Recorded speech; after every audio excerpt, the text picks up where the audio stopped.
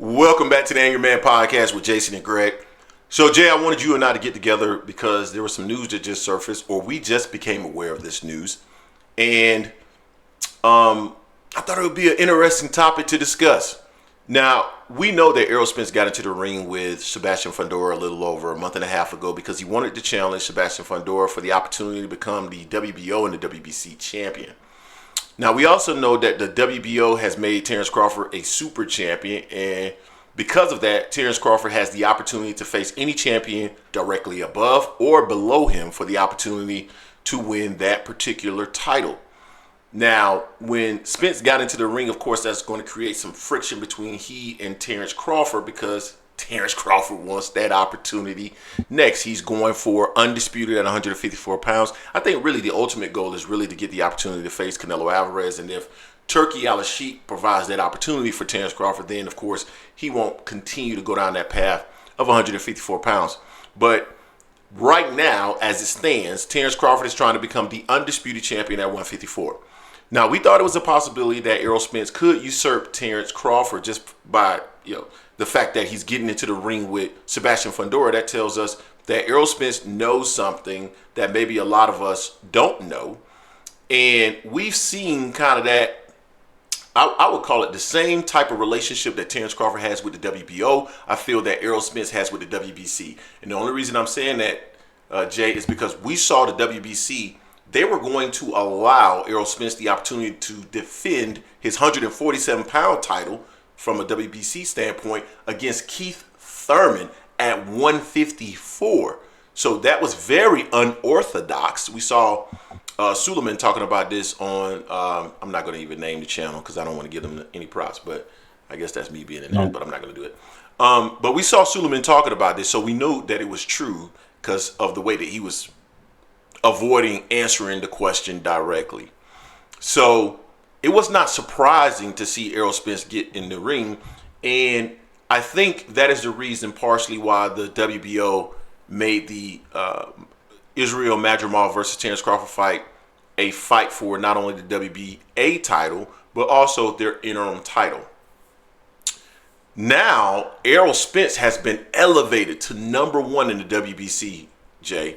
And Errol Spence, if I remember correctly, and I remember going to look at this last month because I wanted to see if this was going to occur. I don't believe he was even ranked last month. So it's interesting that this month he's number one. We've seen Errol Spence back in training camp. Apparently he's training for a southpaw. So clearly in my mind, Errol Spence expects the opportunity to face Sebastian Fundora next. And it's interesting because Sebastian Fundora is being caught in a political game, if you will, right? Hey, the WBC, they're going to push you towards an Errol Spence fight. The WBO is pushing Sebastian Fundora towards a Terrence Crawford fight. You would think that the WBC would have priority here because Sebastian Fundora literally just won the WBO title. So why are you forcing him to fight a mandatory immediately?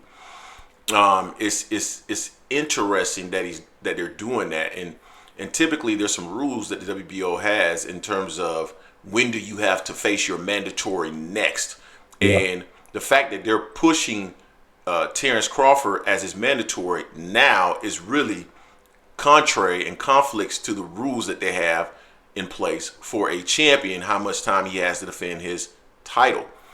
But it's an interesting development. I know why the WBO is doing it because they want to give Terrence Crawford the opportunity.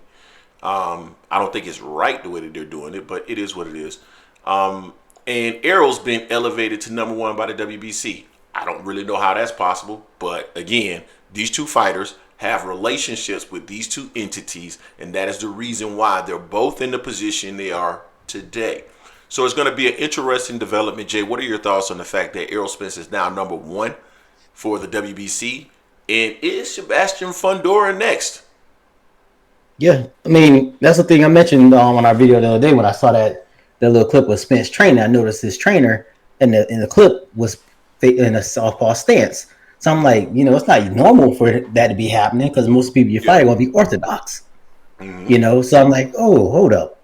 And then this breaks here, and I'm going to give a shout out to one of our subscribers, the corner man, who's been putting some information out there with us as well, going back and forth. So I got to give a shout out to him. on that. But yeah, I mean, to your point, you made a great point putting it out there about Bud at WBO, and we talked about and talking about Spence with the WBC, how they both are allowing those entities, or those entities are allowed with them and allowing them to do some moves that not every fighter gets to do. You know, like Spence being in the WBC ahead of Chris Conwell, who we know he had been out for a while, but he just had a good fight earlier this year. He came back. He's number 2. He had been number 1 for the longest. Mm-hmm. You know, and we know Borchak is the interim WBC champion right now. He's there. And then, you know, they just keep pushing down Lubin. Lubin is below Jesus Ramos, who he beat last year. Mm-hmm. Ramos is number 3. Lubin's number 4. Talay's Kimon Fighter's number 5. Josh Kelly number 6. That's who they talked about, Josh Kelly fighting Bud a while back. And then Xander Zayas is number 7. So it's like the leapfrog everyone like Spence did, not even fought since he lost to Terrence Crawford at 147, never fought at 154. It's one thing if he was a champion, but you know, he wasn't a champion. He's not the current champion at 147. You know, that's Bud Crawford still. So for them to move him up like that, it's foul. You know, we don't call a spade, keep it a buck, since people say, oh, we don't, but we do. And everything, you know, but it's gonna be fun. The funniest thing about this is though, if Bud wins, Spence wins, they both want still want to be undisputed at 154. They're gonna have to meet again for a part 2 for undisputed again. Did I not? I actually talked about that. Spence going to win another title, so that can happen. So yeah. So I mean, it is what it is. You know, we know the politics of boxing is going to play regardless who your favorite fighter may be. If your favorite fighter is the flavor of the month, or whatnot, they're gonna get everything. You know, and that's just how the politics of boxing works. If it's not right, you know, but I can see Spence getting ready for this, especially because I know Samson said that Fundora, he was going to honor his rematch with Tim Tszyu. We know Tim Tszyu has a fight on August 3rd, you know, against Virgil Ortiz. That's a damn good fight. So I don't think Tim Tszyu's going to have a turnaround fight just like that. If, you know, there's no information about whether or not Spence and Fundora will fight later this year, but I'm thinking of the mindset it probably would happen around December is what I'm thinking. You know, if not, I don't think it'd be any sooner than that based on what happened with Fundora's nose, you know, but I don't know how long the projection is for him to be fully healed and get back in training, but they had an interview of him at the last fight. He looked pretty, you know, he looked okay for the most part. You know, again, he fought March 30th. So it's been a month and about 6 weeks almost, or like about closer to 5 weeks when they had the interview. So he looked okay to me on there, and you know, we'll see how he heals up, and then he just got to get in shape, get his endurance and everything, and we can see it because we know before Spence lost the Bud, they had talked about him and Fundora getting it on. That's before Fundora had also lost to Mendoza. So this has been in the past, it's been in the works for some time, and I can see this definitely happening now, especially with Spence being number 1. Hey, we're going to get a part 2 of Bud and Spence, whether we want it or don't, for them to be 154. They both keep winning. Yep, that's true. You guys tell us what you think in the comment section. Don't forget to hate, like, comment, and subscribe. This is the Angry Man Podcast, AM Sports Media, and we are out.